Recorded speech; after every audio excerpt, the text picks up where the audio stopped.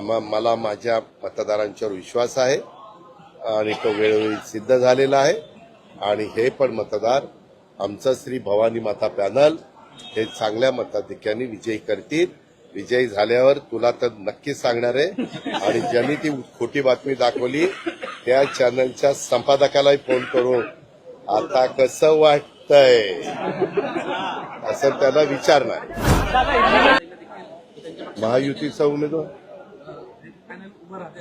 कोणी नाही सांगितलं तुला? इतकं तुम्ही खोटं बातम्या लावतात आणि माझी बदनामी करता. ज्या चॅनलने दिली तर त्या चॅनलने एकदम दादांत खोटी बातमी लावली. मी आवाहन केलेलं होतं, कारखाना आर्थिक अडचणीमध्ये आहे, आपल्याला तो बाहेर काढायचा म्हटलं तर आपल्याला अमित शाह साहेबांची मदत घ्यावी लागेल, एनसीडीसीची, आपल्याला राज्य सरकारच्या सहकार विभागाची, आपल्याला अर्थ मंत्रालयाची, आपल्याला मुख्यमंत्र्यांची, त्या सगळ्यांची मदत घ्यावी लागेल आणि आपल्याला पण काही सभासदांना ऐच्छिक ठेवावी लागेल. हे करत असताना जुन्या बोर्डातला एकाही व्यक्तीनं आग्रह करू नये, कारण 10 वर्ष त्यांना मिळालेली आहेत. आपण नवे चेहरे त्या ठिकाणी देण्याचा प्रयत्न करू आणि आम्ही पृथ्वीराज जाचकांच्या नेतृत्वाखाली ते पॅनल उभं केलेलं आहे. त्यामध्ये जास्तीत जास्त वेगवेगळ्या लोकांना सामावून घेतलं, पण तेवढ्याच ताकदीची मतं काही लोक आम्हाला थांबवावे लागलेत, कारण जागा फक्त 21 होत्या. समोरच्यांनी पॅनल केलेलं आहे काहींनी, परंतु ते विरोधाला विरोध करण्याच्या करता केलेलं आहे. 21 पैकी फक्त 16 जागा त्यांना मिळालेल्या आहेत.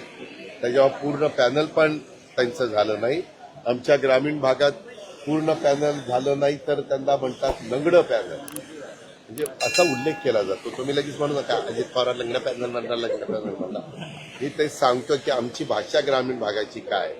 तुम्ही शहरी भागातल्या उच्च श्रेणीत काम करणाऱ्या मीडियानी हे जरा शब्द लक्षात घ्यावेत आणि त्याच्यामुळं मी उद्याच्या 5 तारखेला तिथं प्रचाराचा नारळ फोडायला जाणार आहे.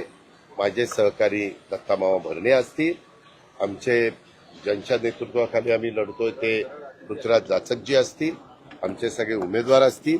मला जी काही भूमिका मांडायची ती त्या ठिकाणी मांडेल, परंतु आपण जे काही सांगितलेले तसं तिथं झालेलं नाही.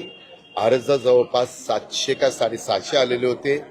आता 650 अर्जामध्ये जर काही लोकांनी आम्ही प्रयत्न केला, परंतु 3 वाजेपर्यंत काही जण अज्ञातवासात गेलेले होते. आता अज्ञातवासात गेल्यामुळं आमचा नाईलाज झाला, नाहीतर निश्चितपणे काही गट अनपत झाले असते. पण ठीक आहे, लोकशाहीमध्ये उभं राहण्याचा प्रत्येकाला अधिकार आहे. आपण बळजबरी करू शकत नाही, आपण आवाहन करू शकतो. तसं मी आवाहन केलेलं होतं, परंतु एका चॅनलला असं वाटलं की अजित पवारांच्या आव्हानाला प्रतिसाद नाही मिळाला, त्याच्यावर अजित पवारांची बेआबरू झाली किंवा अजित पवारांना अपयश आलं, असं काहीतरी बाजून कांड्या पेटवायचं काम चाललंय. त्यांचा त्यांना लखलाप.